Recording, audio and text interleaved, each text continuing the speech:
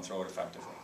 We do not want to throw the baby out with the bathwater in what we developed as a running offense because of the increase of productivity in how we ran. I don't know that we'll have the flashy name for our offense, but hopefully we'll develop one as people see that it's producing and becoming one of the top offenses in the Pac-12.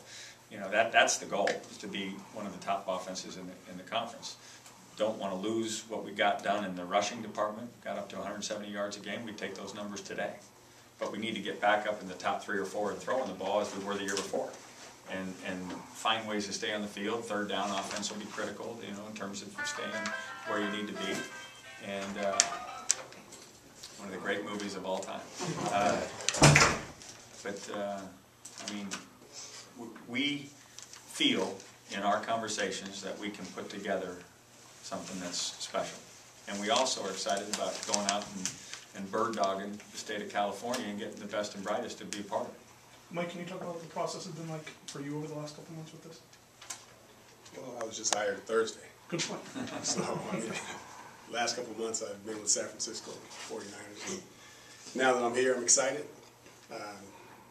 Next week and a half, I'm going to go out and beat the streets of LA and see if we can get a couple guys in our boat and recruit. And then once that process is over, then we're going to sit down and get started on the offense and develop an offense that can be effective, be diverse, be multiple, both running and passing, and make sure that we marry the two and detail it. Make sure that we have the fundamentals and the techniques and everything's taught properly, and we are able to execute football plays. Can you talk about a little bit about your offensive philosophy or kind of what you hope to bring?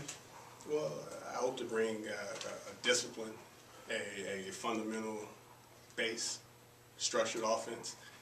And Rick and I and the rest of the coaching staff on offense, we're going to put together an offense that can run and throw effectively, and making sure that we can throw it and catch it and everybody's at the right depths and quarterback's getting the ball out of his hands and running backs are running, linemen are blocking, and giving ourselves the best chance to win. And that's what we're going to do. And I'm a believer that you look at the personnel you have and then you develop a offense around the people.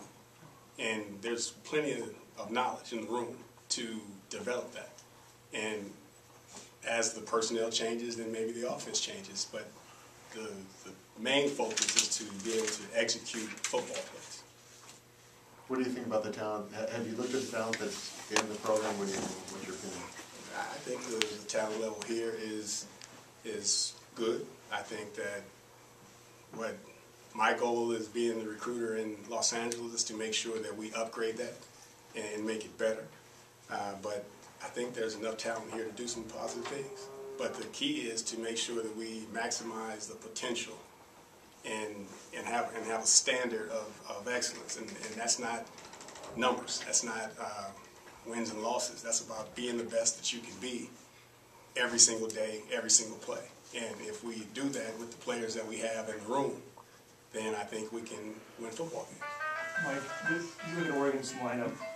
There's a lot of kids from down Southern California that are on that lineup. How important is it to shut off that and pipeline seems to be starting to go towards Washington?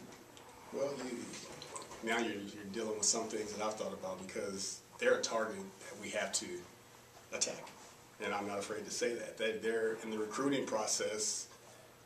University of Oregon, USC are people that we have to beat in the future.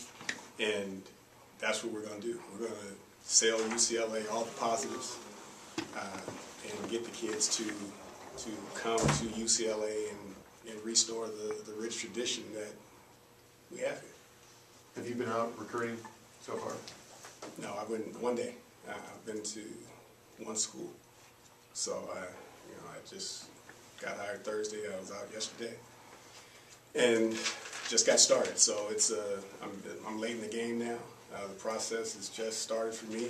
Frustratingly so for him. Frustrating because I wanted to go. I wanted to get going, but I'm excited about the possibilities from here going into the future. How do you answer these questions from recruits about what offense you guys are going to run and Norm's role and that sort of stuff? How are you answering that? Because it seems like those are all, you don't have answers for those right now. Now, everyone says you run a pistol offense. Okay, well, the pistol offense has a zone read. Well, when you run a spread offense, you also have a zone read. They have a option off of the zone read in the spread offense. You have an option off of the offense in the pistol. You have a reverse off of those two plays in the spread. You have the same thing. So the plays are similar. Now, we need to marry the passing game to make the pistol, the spread, whatever offense we call it, become effective and score points. But football plays, to me, are football plays. And you can put a label or a name on any of it. It's about execution. It's about Rick and I and the other coaches getting in the room and designing the offense that works. And we'll look at the personnel and we'll come up with an offense that can be effective. What's the status of the defensive coordinator search? I've interviewed several. I've got more interviews scheduled for this week. Looking forward to having that decision as quickly as is possible, but I can't go so fast as to not be exactly right, you know, at least in my own, trusting my own instincts to be exactly right. I know I've interviewed some guys that would be fine. You know, I just want to be thorough so that I'm making the best decision as we go forward. Have you set a deadline for that, for yourself?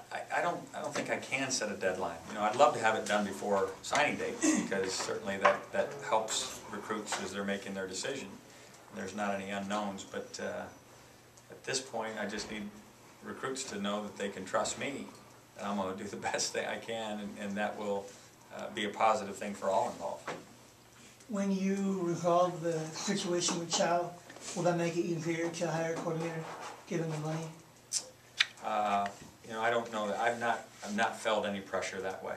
You know, I'm just doing the very best I can for our university and for our program. Can you tell us who you've interviewed?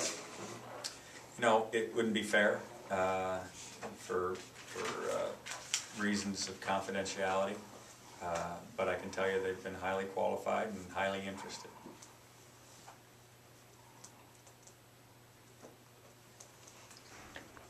Any other questions? Coach, are you looking for a DC who has, or have you been interviewing people who haven't had DC experience or that have? You know, I prefer one that has. Obviously, one of the reasons I made the change with Chuck is I felt like we needed a little bit more experience. There were times during the course of the season I felt we were missing some opportunities. And not a reflection on Chuck at all. I think Chuck's going to be a terrific football coach and a terrific coordinator. I just needed at this point in our time here at UCLA somebody with maybe a little bit more background as to how to do things if you're missing pieces and so forth. So that would probably lend you to believe that I need somebody with experience. But if there's a bright star out there that, you know, captures my attention, then I'm not going to say no to that.